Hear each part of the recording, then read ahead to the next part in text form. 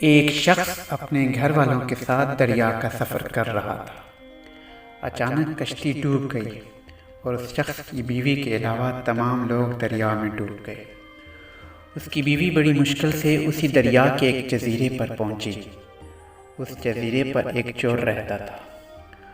اس نے جب اس عورت کو دیکھا تو اس پر شیطان سوار ہوا۔ وہ چور اس عورت کی بغل میں آ کر بیٹھ گیا اور ایسے بیٹھا جیسے مرد اپنی بیوی کے پاس آ کر بیٹھتا ہے، اور جب اس عورت کی عزت پر اس چور نے ہاتھ ڈالنا چاہا تو وہ عورت ڈر گئی۔ اس چور نے کہا، تو ڈرتی کیوں ہے؟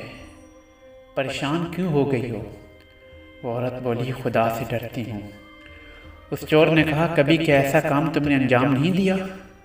اس عورت نے کہا، باخدا میں نے ایسا کام کبھی انجام نہیں دیا۔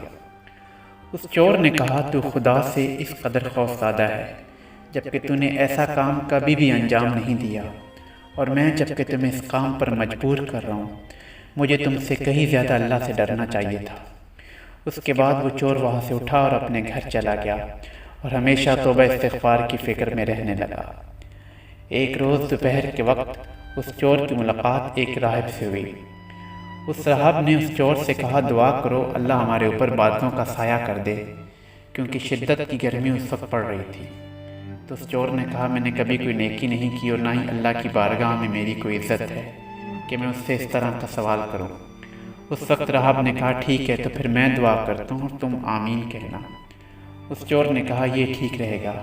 تو پھر راہب نے دعا کی اور اس چور نے آمین کہا، اور دیکھتے ہی دیکھتے بادلوں نے ان دونوں پر سایہ کر دیا۔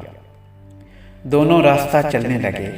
جب ان کا راستہ الگ ہونے لگا تو دونوں نے اپنے اپنے راستے کو اختیار کیا، تو اچانک بادل اس چور کے ساتھ ساتھ چلنے لگے۔ یہ دیکھ کر راہب نے حیران ہو کر کہا، تو مجھ سے کہیں زیادہ بہتر ہے، تیری وجہ سے ہی دعا قبول ہوئی ہے، نہ کہ میری وجہ سے۔ اور اس چور سے اس کے سارے حالات پوچھے تو اس چور نے اس عورت کا واقعہ بیان کیا۔ تب راہب نے کہا، چونکہ اللہ کا خوف تیرے دل میں پیدا ہو گیا تھا تو اللہ نے تیرے سارے گناہ بخش دیے، لہٰذا آئندہ گناہوں سے پرہیز کرنا۔ امید کرتا ہوں آپ کو ہماری آج کی یہ ویڈیو بھی اچھی لگی ہوگی۔ بہت جلد ایک اور ویڈیو لے کر اسی طرح کی حاضر ہوں گا۔ اللہ حافظ۔